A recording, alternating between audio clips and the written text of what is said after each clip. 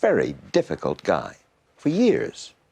Why? Where did that all come from, Kirk? It shows you what a good actor I am, because I really am the sweetest. Come on. In the old days, you were an exceedingly... Even your own kids said that you were very difficult. When the name Kirk Douglas comes up, most immediately think of the swashbuckling hero, the indomitable fighter, or the man with the trademark cleft chin. Yet, for a career that spanned over 7 decades, Douglas was also Hollywood's most compelling villain, both on screen and at times off it.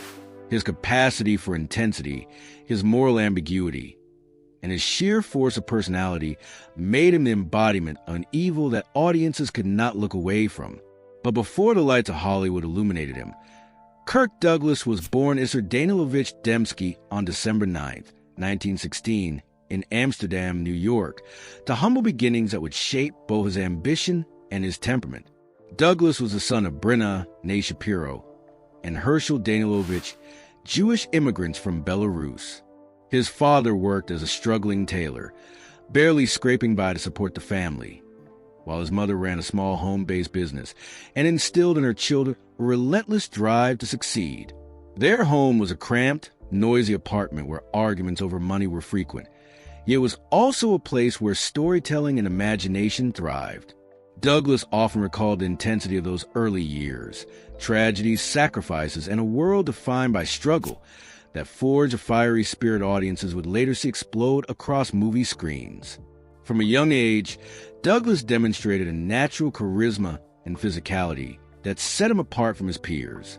He was a voracious reader, fascinated by tales of heroism and betrayal, which perhaps foreshadowed the morally complex roles he would later inhabit. Athletics offered him an outlet for his boundless energy.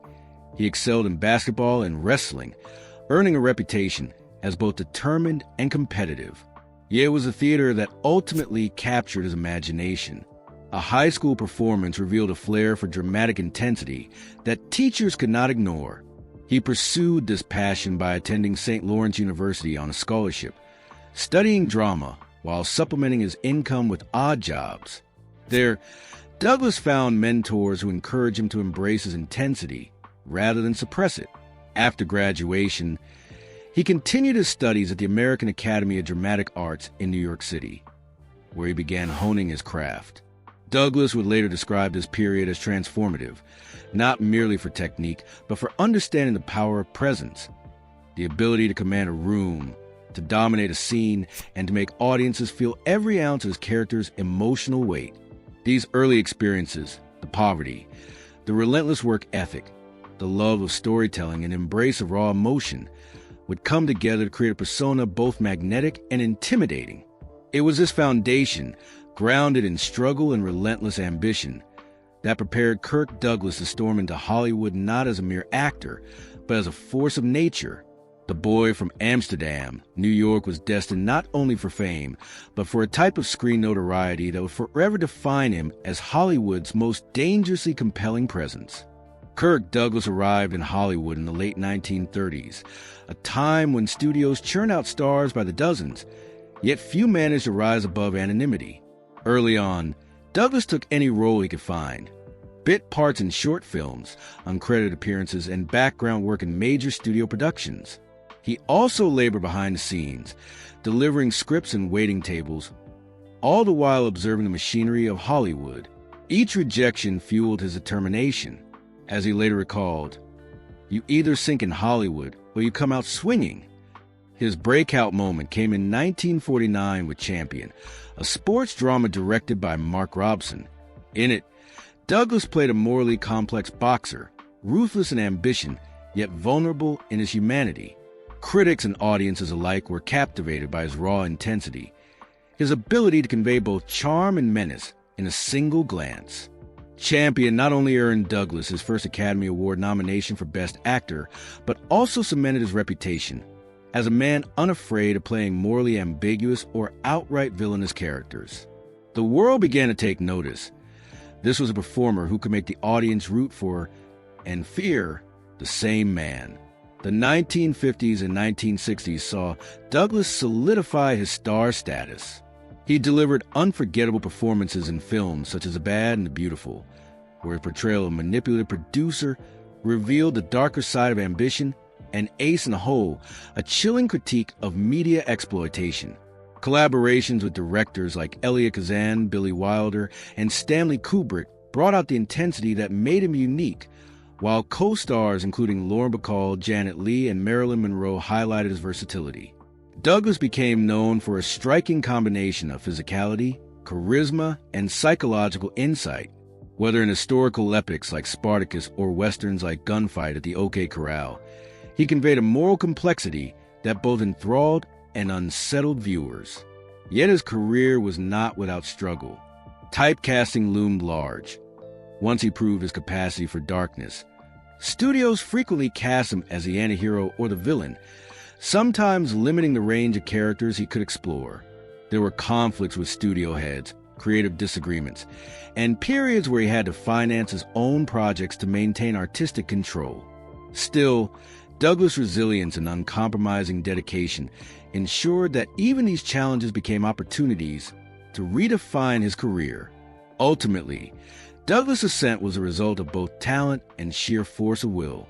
He combined the rigorous work ethic instilled in him by his parents with a keen understanding of narrative power. Every role, whether heroic or sinister, was approached with the same uncompromising intensity.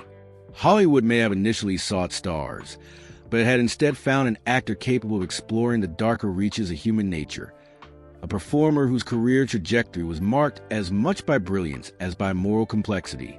Behind the public persona of Kirk Douglas, the private life was equally intense, marked by love, conflict, and enduring relationships. In 1943, he married Diana Dill, an actress from Bermuda. The marriage was conventional in Hollywood terms, partnership and stability amidst the chaos of rising fame. But by 1951, pressures from career demands and personal differences led to divorce. From this union, Douglas had two sons, Michael Douglas, who would grow to become one of Hollywood's most celebrated actors and producers, and Joel Douglas, a producer and executive in the film industry. Soon after, Douglas married in Bidens in 1954, a German-born producer and philanthropist. Their union lasted more than 6 decades, a rarity in Hollywood, characterized by collaboration, mutual respect, and shared vision. Biden supported Douglas through creative challenges, health crises, and business ventures. Together, they adopted 2 sons, Peter and Eric, extending the family into a blend of legacy and modernity. Douglas often described Bidens as his grounding force, the partner who managed both his public persona and private complexities with patience and insight. Romantically, Douglas' life was intense and sometimes turbulent. Before and during these marriages, rumors swirled of high-profile liaisons, fleeting romances, and relationships that sparked both media frenzy and personal scandal. He moved through Hollywood with the magnetism of a man whose charm was undeniable and whose temper could be formidable. Yet, even when these relationships flared into public speculation, they rarely defined him. His focus remained on family and craft. His personal philosophy, shaped by early hardship, informed his relationships. Douglas valued loyalty, ambition, and authenticity, sometimes to the point of abrasiveness. Friends and colleagues noted that he demanded honesty in return for his own openness. These traits, while contributing to his dramatic on-screen presence, also created friction in private life. Yet, he demonstrated a capacity for reflection, generosity, and, above all, an enduring commitment to those closest to him. In many ways, Douglas' private and public lives mirrored one another. Just as he gravitated toward roles that explored the shadowy corners of morality, his personal relationships were lived with intensity, honesty, and occasional turbulence. The same energy that made him compelling on screen made him an unforgettable presence off it, capable of both love and intimidation, charm and confrontation. Through marriages, children, and romances, Kirk Douglas' life was an extension of the very drama he brought to the silver screen, revealing a man whose humanity was as compelling as his villainy. This is not meant as a moral indictment, nor a judgment of personal character, but rather an acknowledgement of the singular intensity and darkness he brought to his craft. Over decades, speculation about the source of this evil has circulated in interviews, memoirs, and film criticism. Was it his upbringing, the fierce ambition instilled by immigrant parents? Or was it simply the raw magnetism he channeled into roles of ruthless men? In his own words, Douglas once described his fascination with morally complex characters. "I like to play men who are flawed, who have fire in them, because the audience can feel the pulse of life in that struggle. This pulse, simultaneously exhilarating and terrifying, is what made him so compelling. In Champion, the boxer's greed and cruelty captivated viewers. In Ace in the Hole, the journalist's manipulative opportunism mirrored the very human desire for self-preservation, ambition, and control. Each performance carried an authenticity that blurred the line between actor and character, leaving audiences simultaneously repulsed and enthralled. Douglas' evil was a cinematic, psychological, and at times strategic. He understood that tension drives narrative, that the most memorable screen moments arise from conflict, and that audiences are drawn to the danger they cannot entirely resist.